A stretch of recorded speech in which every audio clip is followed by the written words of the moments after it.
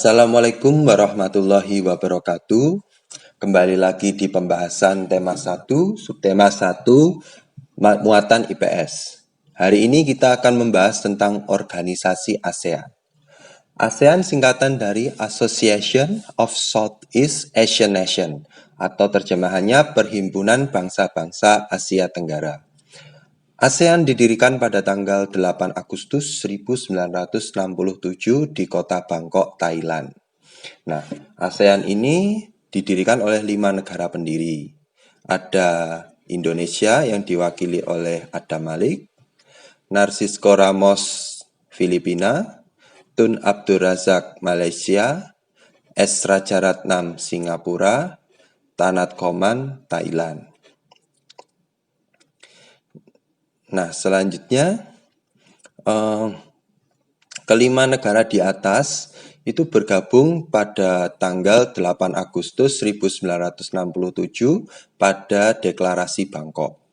Nah, kelima negara di atas menjadi negara pendiri ASEAN.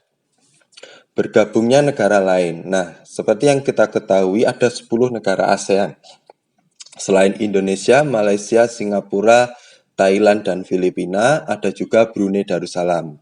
Brunei Darussalam bergabung pada 7 Januari 84, ada Vietnam bergabung pada 28 Juli 1995, Laos 23 Juli 97, Myanmar 23 Juli 97, ada Kamboja 30 April 99. Alasan berdirinya ASEAN.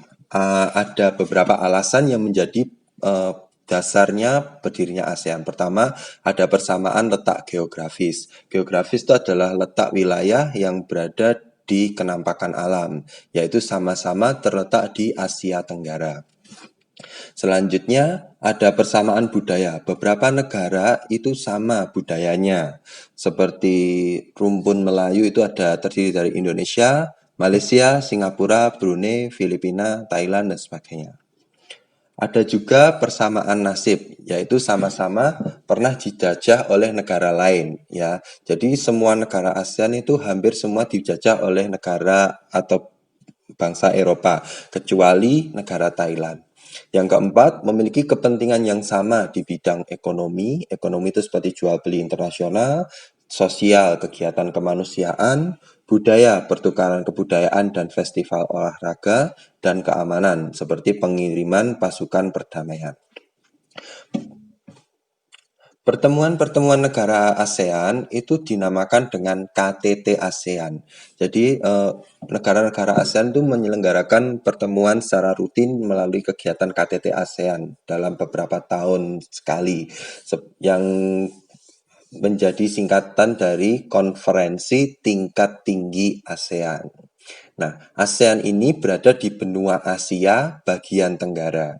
Secara lokasi, ASEAN ini sangat strategis karena diapit oleh 2 benua dan 2 samudra. Benua apa? Yaitu benua Asia dan Australia, dan 2 samudra yaitu Samudra Hindia dan Samudra Pasifik. Wilayah ASEAN itu terbagi menjadi 2, yaitu berbentuk semenanjung. Daratannya masih tersambung dengan benua Asia. Jadi di sini itu benua Asia. Nah, di manakah letak semenanjungnya? Semenanjung itu kepanjangan dari benuanya Asia. Jadi masih terhubung satu benua besar dengan Asia yang berada di sini. Nah, negara-negara apa saja yang termasuk semenanjung, yaitu Myanmar, di sini, Thailand, Vietnam, Kamboja, Laos, dan Malaysia bagian barat, ya, yang sebelah sini. Sedangkan ada negara-negara yang tidak terhubung dengan benua Asia, tapi tersusun dari gugusan kepulauan, seperti Indonesia yang tidak terhubung dengan benua Asia, Filipina, Singapura di sini, Brunei Darussalam, dan Malaysia bagian timur. Jadi Malaysia ini ada yang bagian semenanjung, ada yang bagian kepulauan. Kita lanjutkan tentang kehidupan sosial budaya masyarakat ASEAN.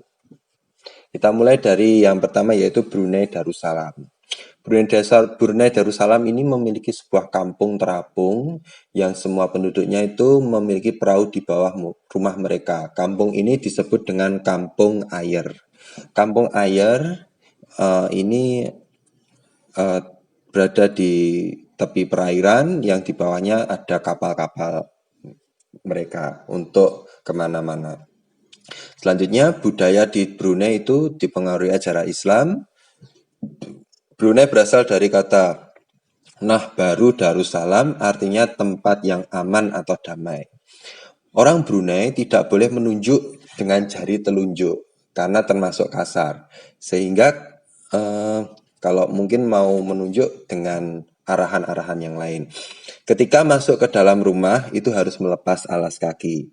Gambar Kampung Ayer bisa kita lihat di PDF. Selanjutnya ada Malaysia. Malaysia memiliki patung Dewa Murungga yang berukuran 42,7 meter yang termasuk kuil Hindu. Memiliki kota Georgetown, terdiri dari 3 ras utama, Melayu, India, Cina. Nah, kalau kalian lihat film Upin Ipin itu kan terdiri dari banyak ras atau keturunan. Jadi film Upin Ipin itu sangat plural sekali atau memiliki banyak keberagaman ras. Makanan yang menjadi khas di Malaysia adalah nasi lemak. Musiknya dipengaruhi budaya Cina, Islam, India, dan Indonesia. Selanjutnya budaya Filipina. Budaya Filipina dipengaruhi oleh budaya Melayu, Cina, dan Spanyol.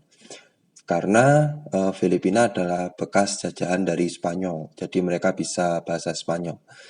Bahasa nasional bahasa Inggris untuk perdagangan, bahasa percakapan itu menggunakan bahasa Tagalog untuk bahasa sehari-hari.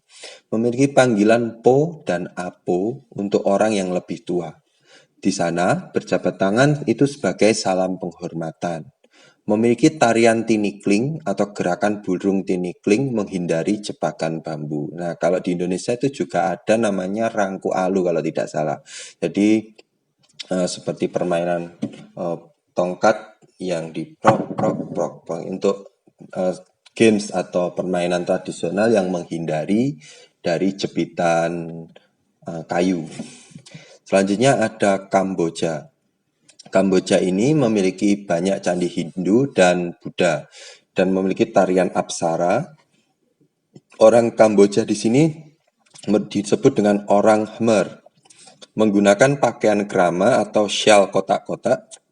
Agama yang paling banyak di negara Kamboja adalah agama Buddha dan menggunakan kalung Buddha untuk perlindungan roh jahat. Makanan yang dikenal adalah cha atau tumisan. Mungkin kalau orang Indonesia mengatakan dengan cah ya, seperti cah kangkung dan sebagainya. Nah, ini cha atau tumisan. Selanjutnya ada Myanmar. Myanmar itu dikenal sebagai negara 1000 pagoda karena banyak pagoda-pagoda yang besar di negara Myanmar. Agama mayoritas di negara Myanmar adalah Buddha. Penduduknya adalah keturunan Tibet atau Cina, berbahasa Burma, memiliki pakaian longyi atau seperti sarung. Longyi dipakai oleh pria, wanita, maupun anak-anak. Selanjutnya ada Vietnam. Vietnam memiliki permainan tradisional yang disebut dengan menangkap jangkrik dengan mata tertutup. Ini hampir mirip dengan permainan yang ada di Indonesia yang di sini harus menggunakan mata tertutup dan yang lain harus mengitari orang yang berada di tengah. Pakaiannya bernama Aodai seperti ini dan topi caping. Orang Vietnam gemar duduk di dingklik atau kursi pendek dan mayoritas memiliki nama keluarga Nguyen. Selanjutnya ada Laos. Laos di sini merupakan memiliki banyak agama Buddha. Memiliki olahraga tradisional yang disebut dengan katau. Mirip sepak takraw ya. Di sana namanya katau. Makanan utama dari negara Laos adalah anak turun nasi ketan. Di sana disebut dengan anak turun nasi ketan. Kalau Indonesia ya nasi ketan saja atau bahasa sananya Luk Khao Niao. Ya. Memiliki upacara adat saibat, di mana memberikan sedekah kepada para istilahnya para pemuka agama Buddha yang ada di sana. Selanjutnya ada Singapura. Singapura ini memiliki lambang Merlion. Kepalanya singa, badannya ikan. Apakah ini singkatan kita nggak tahu, tapi menurut kabar ini singkatan dari Mermaid Lion ya. Kepalanya singa, badannya ikan yang menyemburkan air mancur. Ini menjadi ikon dari negara Singapura. Penduduk keturunannya Cina, Melayu, India, dan Eropa. Bahasa resmi di sana adalah bahasa Melayu, Mandarin atau Cina, Inggris, Tamil atau India. Memiliki kebiasaan berjalan kaki kemana-mana karena pajak kendaraan di sana sangat mahal. Memiliki kendaraan di Singapura sangat mahal. Oleh karena itu, banyak yang menggunakan transportasi umum untuk kemana-mana seperti kereta cepat, kereta bawah tanah, atau mungkin kendaraan-kendaraan bus umum dan sebagainya. Makanan yang digemari yaitu kepiting cabai. Selanjutnya adalah Thailand. Thailand itu satu-satunya negara di ASEAN yang tidak pernah dijajah oleh bangsa Eropa. Di Thailand memiliki budaya tidak boleh menyentuh kepala orang lain dan kaki tidak boleh menghadap ke patung. Nah, apabila ingin bersalaman dengan orang lain itu cukup dengan menangkupkan tangan sambil menunduk ya. Di sana memiliki kebiasaan minum teh. Dan ada minuman yang terkenal dari Thailand, mungkin sudah hype di Indonesia, yaitu Thai tea, campuran teh, susu, dan rempah-rempah. Agama terbanyak di sana adalah agama Buddha, bahasa yang menjadi bahasa nasionalnya adalah bahasa Thai. Selanjutnya Indonesia, negara kita. Mungkin di Indonesia ini kalau dijelaskan sosial budayanya sangat banyak. Jadi ini hanya Pak Irfan ambil rangkumannya saja. Kalian bisa mempelajari di ensiklopedia yang lain. Indonesia negara dengan penduduk terbanyak di Asia Tenggara dengan 270 juta jiwa. Nah, karena saking banyaknya kepulauan, penduduk kita juga banyak, luas juga kepulauan kita. Bahasa persatuan di negara kita adalah bahasa Indonesia.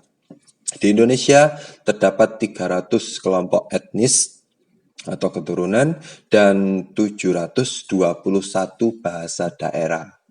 Di Indonesia juga memiliki keberagaman agama, yaitu Islam, Kristen, Katolik, Hindu, Buddha, Konghucu.